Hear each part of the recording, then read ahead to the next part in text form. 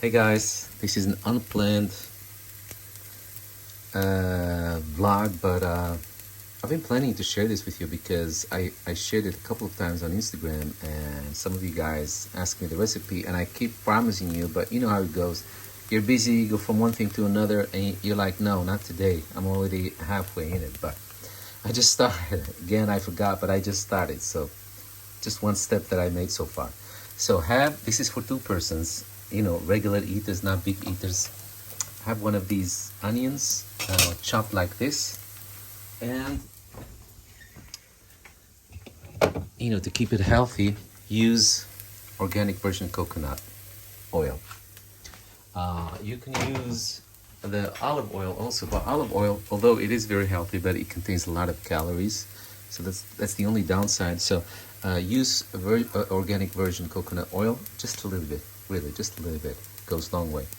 Then fry your chopped onion, just a medium-sized onion, and fry it to your liking. I like the onion to be a little bit almost caramelized, but not really, when I have the time. But today I don't have the time nor the energy. So this is fine for me. As soon as I see some brownish edges, it's fine for me. Slap them around a little bit, back and forth.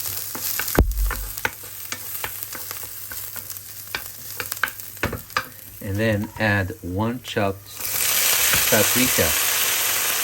Some call it paprika, some call it pepper, some call it bell pepper. Not really sure where you are or how you would call it, but I'm sure when you see this, you know what I mean.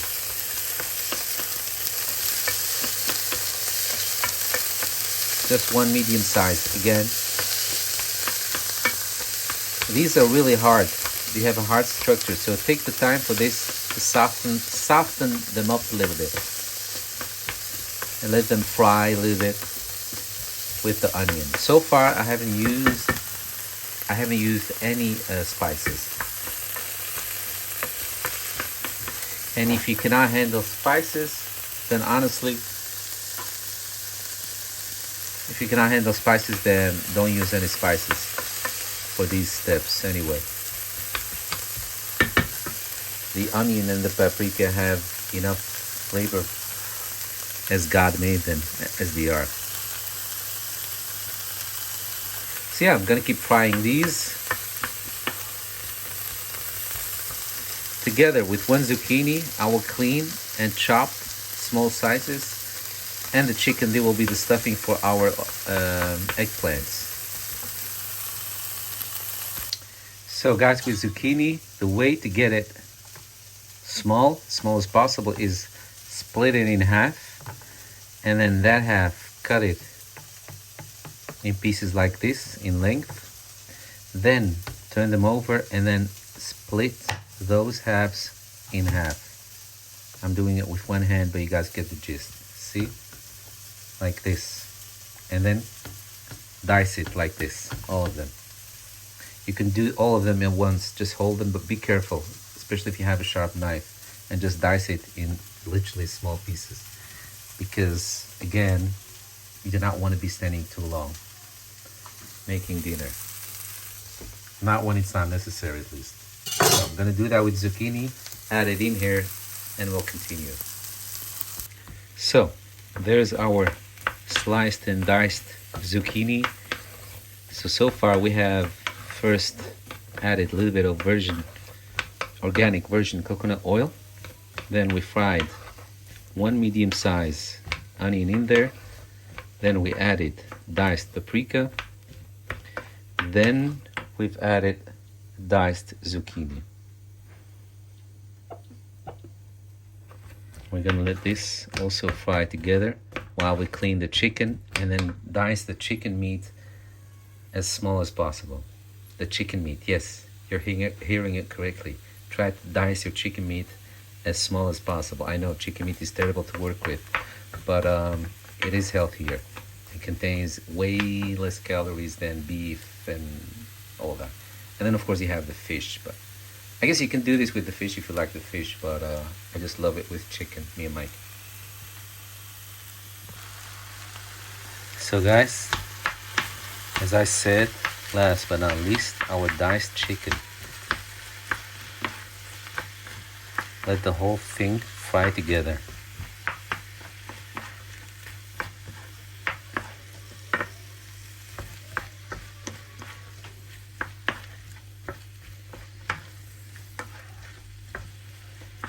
Okay, so I don't hear any sizzling, so I'm gonna go up to 7. I don't want the chicken to stay too long, too raw like this with the vegetables. I need it to sear, to sizzle.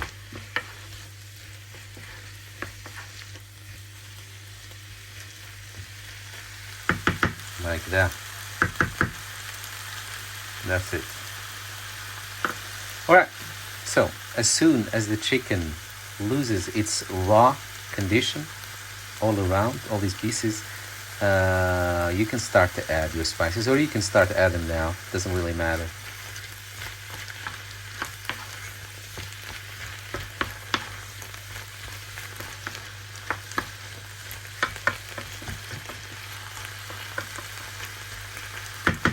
What kind of spices? Actually, whatever you like.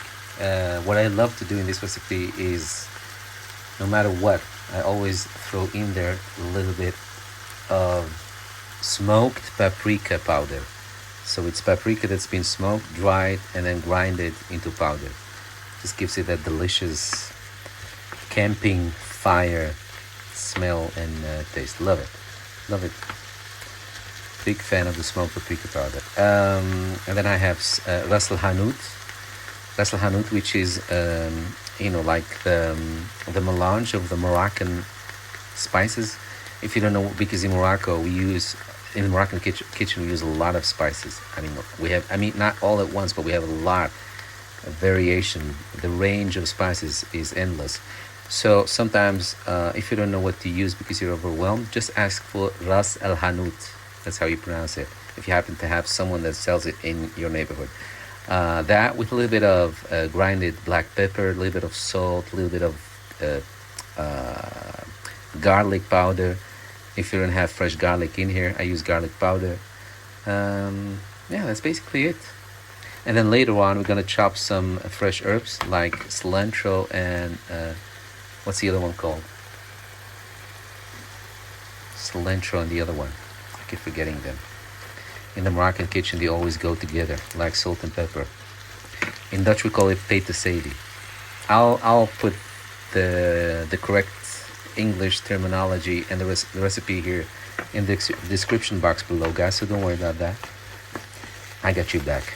Alright, so now I'm gonna add the spices. So for today, la chinata,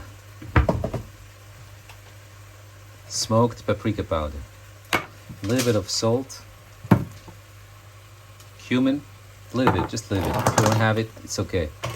Garlic powder, and then cayenne powder. We love it to be a little bit hot, but I think we're out, whatever is in there. And then what I just said, ras el hanout. I don't know if you can make it out. The letters are disappearing, I'm sorry. Yeah. And some black pepper powder. Just a little bit of everything. You and your own preference. Do you like more spices or medium, or just use a pinch or a lot, whatever you like. Alright. So the spices are added in there. They smell so good, especially that smoked.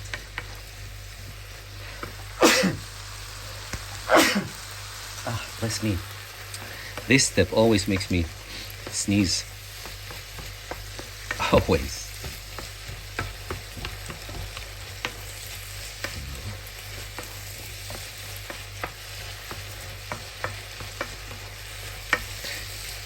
Alright, here we go. I always forget to bless the food when I start. Bismillah.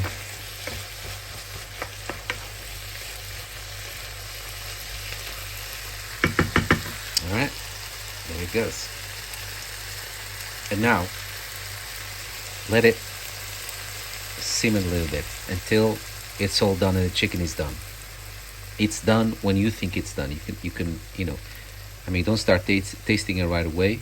You don't want to taste undercooked chicken meat, but one tip I can give you, when you do this and you can break it apart like this easily, you know that you're getting there. But then leave it simmer some, because we want it to roast a little bit. That will give it even more flavor. So as a dessert, you can have a stained glass cake. Look up the recipe on our YouTube channel, and we just made one recently today. What is it today? August the 24th. I don't know if you can see it. Looks a little bit weird because we didn't use only the pineapple juice, but we also pureed actual pineapple chunks in there, and I think that gave it too much acid and made the cream to split. Nevertheless, I just tasted it. I had to make sure that it's good. I don't know what the hole is, what I tasted. I think it's right there. Don't tell Mike. But yeah, it's good. And this is the leftover jello. The jewels that you mix in there. This is what makes the cake stained glass. And as always, guys, a reminder, when you're working with meat, especially with chicken, you need to disinfect afterwards. Kitchen countertop, is that how you call it? Hit it with everything you have. Maybe I am paranoid, but you know, safe than sorry. Yeah. So what I first do is this, then this, and then this for the whole thing. So, I mean, they're all three for the whole thing. Yeah, because they kill germs. So we need something that kills the germs. Then. So this is going. This is going. Is that what I said? Yeah. See how it's roasting nice? This is how you want it. It smells like something you've been cooking on your camping fire. There it is. So then last, a little bit of cilantro. You know, guys, what I told you about cilantro, you need every kind of fiber that you can use to keep your bowel movement going. Cilantro and beta sadi. I don't know the English word for this, but again, I'll look it up for you. I mean, in the Moroccan kitchen, these are married. You cannot separate them. So yeah, so I'll put this on lower heat, let it simmer, and then the piece de resistance, frying the eggplant, will be as last because Mike is still busy. We're still busy with some stuff, and we need these to be roasted fresh right before we stuff them. Don't worry, I'll let you guys know how you do it. It's going to be very easy and perfect. So while I'm making dinner, the recipe that I'm sharing with you guys, this is going on. We have a new router. That's Luna. That's a new video coming up if you have a cat. Some really valuable information. Yeah, I can show you, but it's now less worse than it was when I came back. We've been putting things back. But yeah, getting a new router when you live small. This is what happens. Everything needs to come out. Look at this guy. Love him. It's a mistake, a factory mistake. This is not Wally. This is actually Captain. Love it. So guys, this next bit is crucial. Wash your eggplant and then cut it in half like this, and then dry it, especially the back, and then brush it with olive oil all over. Yeah, just like this, and then put them in your hot air fryer on 200 for 20 minutes. Not more, not less. 220 minutes. And they're gonna be delicious. They're gonna be roasted in a way, especially when you brush them with olive oil, which is crucial. That is a crucial step. They're gonna get this really nice flavor. If you don't do olive oil, the flavor won't be the same. Just saying. So, and meanwhile, while this is being roasted on 200 for 20 minutes, I'm gonna wash the herbal that I told you about, and then cut them in there. They'll warm up the whole thing again. I forgot to put the lid on it, and this empty spot that you see here, that's Miko. He's so naughty. I didn't expect cats to actually approach this heavily spiced food, but this heavy, I should say. Well, maybe it's heavily too, but yeah, look, he's so naughty. Anyway, yeah, so that's the last step. Well, almost the last step, but we're almost there. So just choose eggplants that are not too big, guys, because otherwise, you know, this. You can be very technical about it and actually measure your eggplants and your hot air fryer pan. But this is how I do it: 3 like this and then 1 on the side, and it's always okay, no problem. All right, 20 minutes.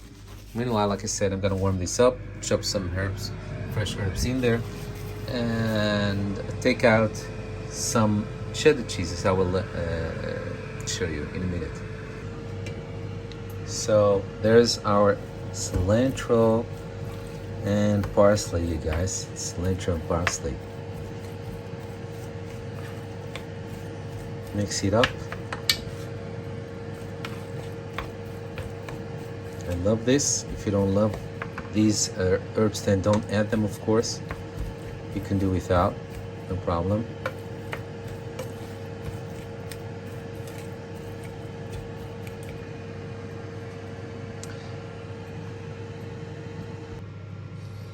Look at this plate. We were just rearranging stuff and then this reappeared. Epcot. Love it. Look at this little Moroccan guy making eye contact with Mickey.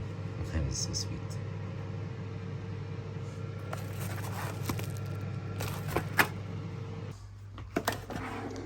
So there they are. Look at that. Perfect. Perfect. Promise you. Soft. See? If they're too thick, they need to be a little bit squishy. If they're too thick, give them another 5 minutes. Or maybe 3 minutes. Not too long though. So, soon as they're done, just divide 1 cheddar slice in 2 pieces and put it all over. So it's 1 cheddar piece per 1 eggplant half. And just do a little bit on top, a little bit here, a little bit there. I'll show you. Yeah. So like I was saying, 1 cheddar slice per half. And just divide it like that. Look, you don't have to go back in here. If you're quick and they're still warm, look, they can smelt just from the heat that's still coming off them. So now, the stuffing on there. I don't choose to do the cheddar on top of the stuffing because once you start to cut into the stuffing, it will fall apart and you'll lose the cheddar. You'll probably get it all in a couple of bites. But when you do it like this, you'll get guaranteed cheese with every bite till the last bite. That's why I do it like this. All right, there it is. Completely covered, buried. Again, you don't have to use this much cilantro and parsley if you don't like. You can leave it out altogether. But yeah.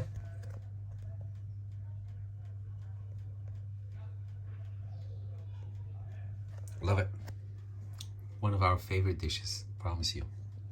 All right, guys, if you try it, please let us know how yours came out. Thank you so much for watching and take good care and enjoy. Look at that. Look at how the cheese oozes out whenever you cut into it.